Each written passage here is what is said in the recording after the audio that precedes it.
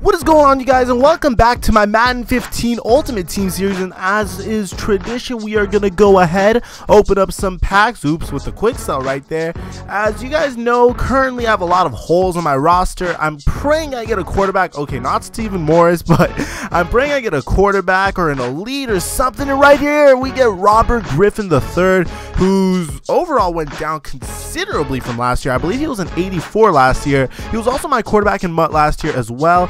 Wow. And wait, is Mario Manningham back with the Giants, or could they just not find a picture with him on the 49ers? That's just odd over there. But we also pick him up. We get ourselves KJ right over here, so still nothing special, although I appreciate the upgrade. But look at this right here. I see the blue. We get rookie legend Dave Casper, and that's actually worth a pretty penny so far. But I think I'm going to keep him on the roster for now, man. I'm going to learn my lesson from Jason Peters.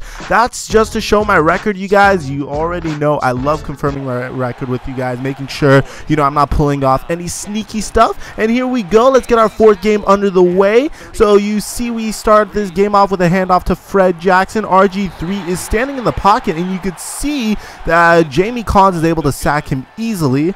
And honestly, man, this is what I like to call the revenge of Jason Peters, as Dave Casper almost gets a crazy highlight his first game with us, but unfortunately he forces the 3-and-out, and now my opponent comes to the field. 4th and 6, he's going to decide to go for it with Sam Bradford, so he's going to drop back, fires off a pass to rookie sensation Sammy Watkins, and gets the first down.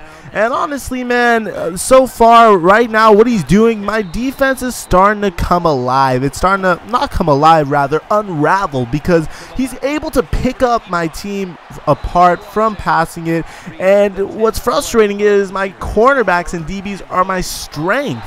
Like, I have a fantastic defensive back unit, and he's just destroying it. And you can see right here, he almost gets a sack again. I have to check down immediately, and it just goes to show I made a huge mistake giving up Jason Collins, but yeah, I got a pretty penny for him, man. I got a good amount of coins just from selling him. So maybe in the future I really should hold on to those type of players, especially if it fulfills a need. You can see on 4th and 4 we decide to go for it, fired off to Dave Casper, and now I'm starting to get a little bit more creative. You can see Robert Griffin's going to drop back, fires this pass off to Fred Jackson, does a little back juke, but to my opponent's credit, he's able to catch up to me and make the tackle, which that would have definitely went for a touchdown, man. You know Fred Jackson got that speed though.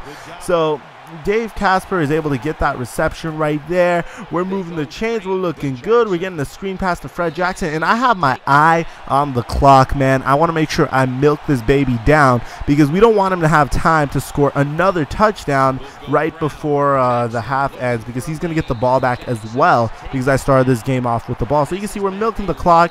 Once it gets to 16 seconds, I decided to sneak it in, and my opponent starts with the ball in the second half. And I honestly need to get a stop, like desperately, man. This is getting frustrating. My pass rush isn't getting to Sam Bradford at all, and honestly he's just getting whatever he wants. My DBs aren't able to do anything. I'm trying to send blitzes to get some more, you know, pressure on Sam Bradford, but even that's not working. Check that out, man. Eric Ebron is able to stiff arm Brandon Browner to pick up some extra yards. That just pissed me off at that point. And then he fires this pass off to Eric Ebron again for a touchdown.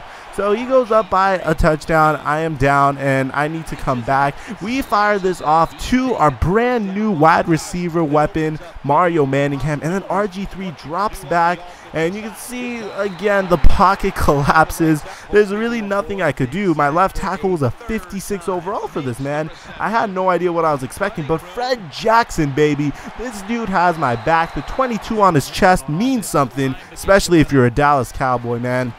And you can see afterwards, we're able to find Dave Casper again. And it looks like rookie legends actually mean something this year. Or maybe it's just because it's the beginning of MUT. Then we fire off another pass to Casper, and we score a touchdown to tie up the game. But my opponent still has a good amount of time to go ahead. And he's going to put together this drive right here. You can see 4th and 11. Sam Bradford's going to drop back. He's going to easily get that pass to Sammy Watkins. That just was so frustrating for me.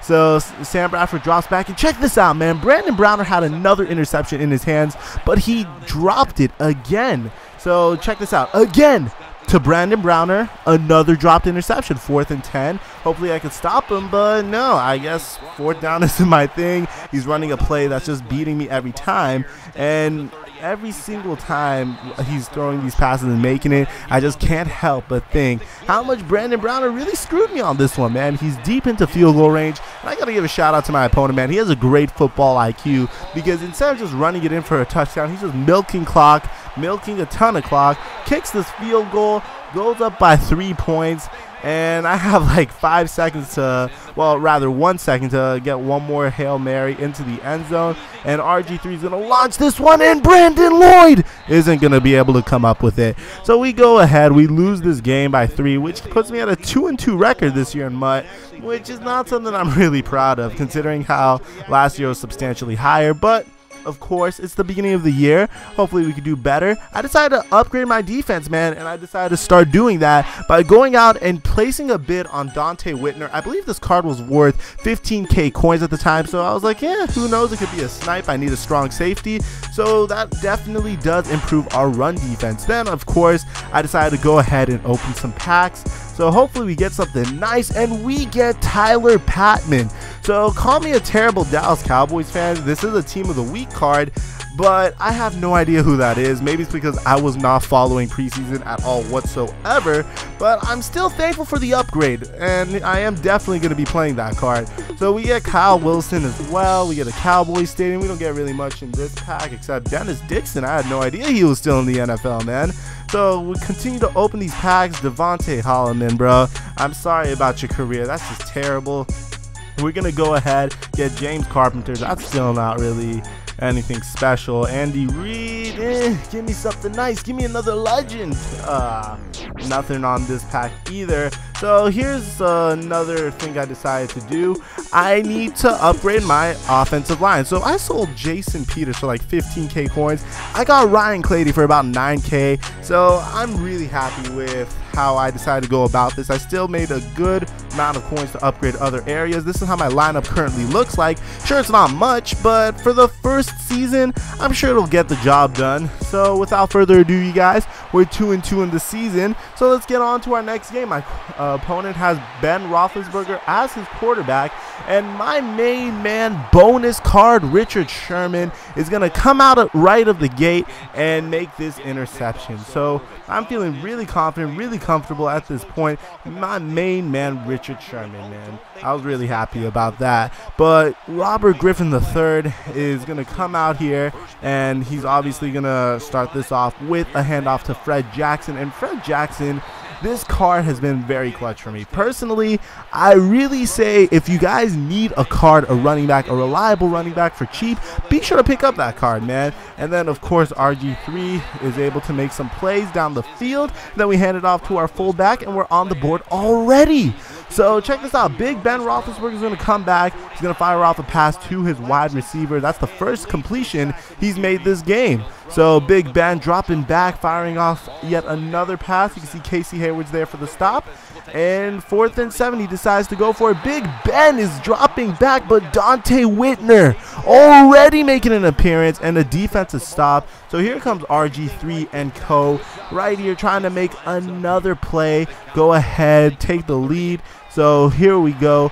RG3 drops back, fires another pass to Dave Casper. Look at that power, though, man. That's like an extra 4 or 5 yards, or maybe I'm just delusional. And then look at this. That felt really good. That pass to Ted Ginn, me stepping up in the pocket, it felt really nice, felt realistic. But that's about it for highlight plays in this one, you guys, because those were the only 2 touchdowns scored. Besides that, it was a bunch of 3-and-outs and interceptions. So you guys, if you want more Madden Ultimate Team, be sure to leave a like and comment down below, man. Is there any card in particular I should go after to upgrade my squad? I'm your boy, The Fly Mike, and I'm out.